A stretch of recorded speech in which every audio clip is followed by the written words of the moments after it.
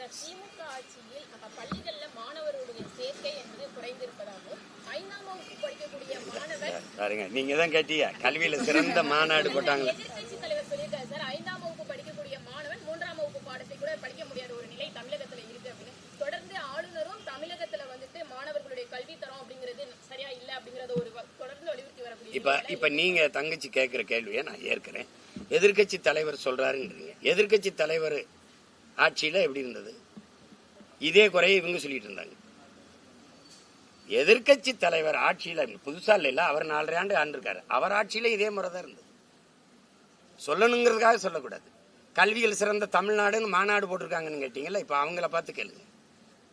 5ஆம் படிக்கிறவன் 3ஆம் பாடத்துல படிக்க தெரியலையே. பட்டப்படிப்பு படிச்சுட்டு வந்துருங்க, தமிழை பிழையின்றி எழுத தெரியலையே. சரி, ஆங்கிலமாவது பேசுறானா அது அறவே தெரியலையே. அப்ப எந்த அறிவை வளர்க்கிற கல்வி இல்ல, ஒழுக்கத்தை அறநெறியை போதிக்கிற கல்வி இல்ல, வகுப்பறைகள் வர்த்தக அறைகளா போயிடுச்சு. எந்த கல்வியை எதை படிச்சா எந்த வேலைக்கு போய் எவ்வளவு சம்பாதிக்கலாம்னு, இது பொருள் ஈட்டுற ஒரு வர்த்தகத்தை, இந்த வேலைக்கு இந்த படிச்சா இந்த வேலைக்கு போல அவ்வளவு சம்பாதிக்கலாம், இதை கற்பிக்கிற கல்வி முறை ஒரு அடிமை கல்வி முறை. ஒரு கிளர்க்கியல் போஸ்டுக்கு போறது, முதலாளி எங்க இருப்பான் அவனுக்கு வேலை செய்யறது, இதுதான் அறிவு, இதுதான் கல்வின்னு கற்பிச்சு வச்சிருக்கு இந்த முறை.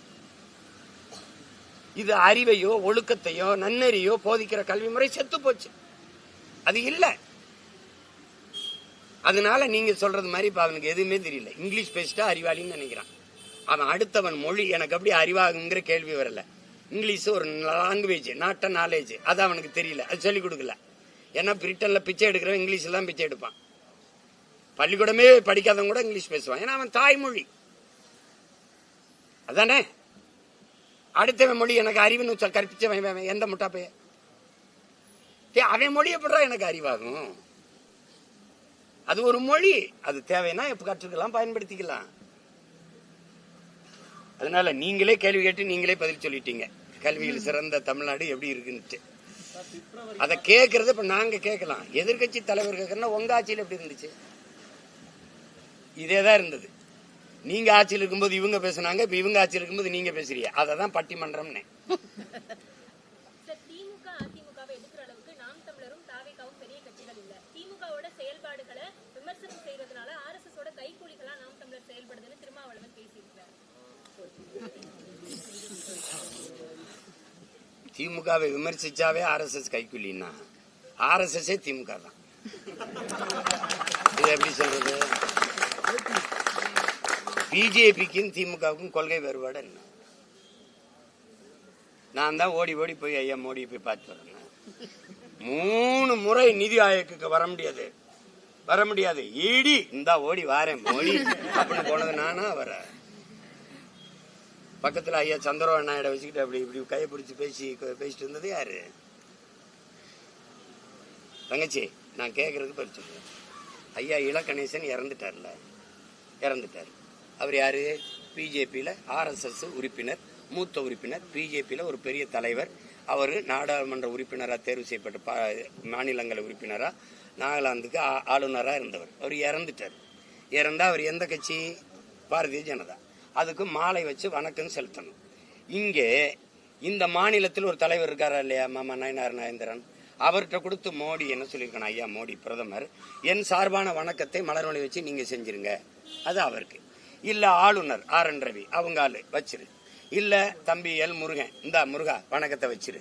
இல்ல அம்மா நிர்மலா சீதாராமன் அவங்க வரலைன்னா ஐயா மூப்பனாருக்கான வணக்க நிகழ்வு 3 நாள் கழிச்சு வந்தாங்க. அப்ப அன்னைக்கு போய் அம்மா நீங்க போய் உங்க ஊரு நீங்க போய் மரியாதை வச்சுட்டு வந்துருங்க, வச்சிருக்கலாம். இல்ல எதிர்கட்சி தலைவர் அவங்க கூட்டணி வச்சிருக்க தலைவர் ஐயா எடப்பாடிட்ட கொடுத்து இந்த மலர் வளையத்தை வச்சு வணக்கத்தை செலுத்துங்கன்னு சொல்லலாம். என் சார்பான வணக்கத்தை இத்தனை வாய்ப்பு இருக்கும்போது நீங்க செலுத்துங்க என்று ஐயா ஸ்டாலின் கொடுத்து செலுத்த சொன்னா யாரு RSS கைக்கூலி? யாரு? இங்க பாருங்க, ஆபரேஷன் சிந்தூர் 1000 கேள்வி கேட்டேன், நான் யார்ட்டையும் பதில் இல்லை. தீவிரவாதி உள்ள நுழையும் போது 200 கிலோமீட்டர் உள்ள வந்து என்ன எங்க பாருங்க தங்கச்சி, விண்ணூர்தியில பயணிக்கும் போது சாதாரணமா விமானம் ஏறி போகும்போது முன்னாடி திரும்ப இப்படி திரும்ப ஆதார காட்டு அதை நீட்டுன்னு சொல்லி சோதிக்கிறேன். நீ ஒரு பயங்கரவாதி ஆயுதத்தோட பார்டருக்குள்ள நுழையும் போது என்ன பண்ணிட்டு இருந்த? அவன் ஆதார் கேட்காம என்ன பண்ண? அவனை சோதிக்காம என்ன பண்ண? என்ன பண்ண? வந்து சுட்டு விளையாடி அவன் காணொலி எடுத்து பேசி போற வரைக்கும் என்ன பண்ண? ஒரு சுற்றுலா தலம் பகல்காம 30,000 பேர் கூடி கலையிறாங்கிற அவன் வந்து போயிருக்கான். அங்க காவல்துறை இல்லை, துணை அங்க ராணுவம் இல்லை. ஏன் இல்ல? தப்புன்னு சத்தம் கேட்டவன ஏன் வரல? சுட்டுட்டு பண்ண அப்படியே சுத்தி வளைச்சு ரவுண்ட் பண்ணி அவனை தப்பிக்க விடாம ஏன் தாக்கி அடிக்கல? எப்படி தப்பிக்க விட்ட? 10 நாள் கழிச்சு ஆபரேஷன் சிந்தூர்னு போறது கொடுக்குற. யாரு மேல? மக்கள் மேல. சிந்து நதியை உள்ள விட மாட்டேங்கிற. சிந்து நதி ஒண்ணுதான், இந்தியாவுக்குன்னு வருதா? சண்டை போட்டா எல்லாம் போட்டு இந்த மக்கள் மீது தாக்குதல் நடத்தினதுக்கு முதல்ல அதை பாராட்டி பேரணி நடத்தின மகான் யாரு? பாரதிய ஜனதா ஆளுகிற மாநிலங்களின் முதலமைச்சர் கூட போகல. கொடியை பிடிச்சுக்கிட்டு எல்லா கட்சியும் கூட்டிக்கிட்டு இந்த வீதியில நடந்து போன பெருமகன் யார்? உங்க RSS கைக்கூலி தான். அதுக்கப்புறம் தான் டெல்லி முதல்வரே போனாங்க. ரஷ்யால போய் இந்த நாட்டின் தூதுவரா போய் ஆபரேஷன் சிந்தூர் எங்க நாட்டை பாதுகாக்க இதை விட வழி இல்லை என்று பேசின பெருமகள் யார்? அம்மையார் கனிமொழி. வாய்க்கு வரதெல்லாம் பேச கூடாது.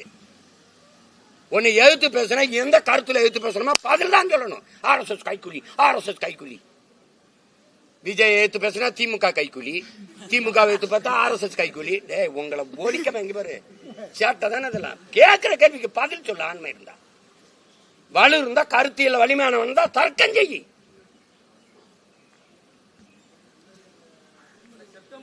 இதே பிஜேபியோட கூட்டணி வைக்கும் போது, திமுகவோட கூட்டணி வைக்கும் போது இதே இதுல எங்க அண்ணன் எம்எல்ஏ வரந்தாரா இல்லையா? பிஜேபி கூட்டணியோட. அப்புறம் தங்கச்சி பிஜேபி RSS தாய் கழகம் ஜனசங்கோட கூட்டணி வச்சவங்க இந்த திராவிட முன்னேற்ற கழகம். இவங்க எங்கள பேசுவாங்க கைக்கூலி குய்க்கூலி பொய்கோழி பயிலு வேலை. அவனா ஒன்று தர்க்கம் பண்ண முடியல. RSS கைக்கூலி, இங்க பரிவாரி கும்பல், சனாதன சங்கிகள், RSS கைக்கூலிகள். இதை விட்டா வேற ஏதாவது பேசுங்கப்பா, வேற ஏதாவது பேசுங்க.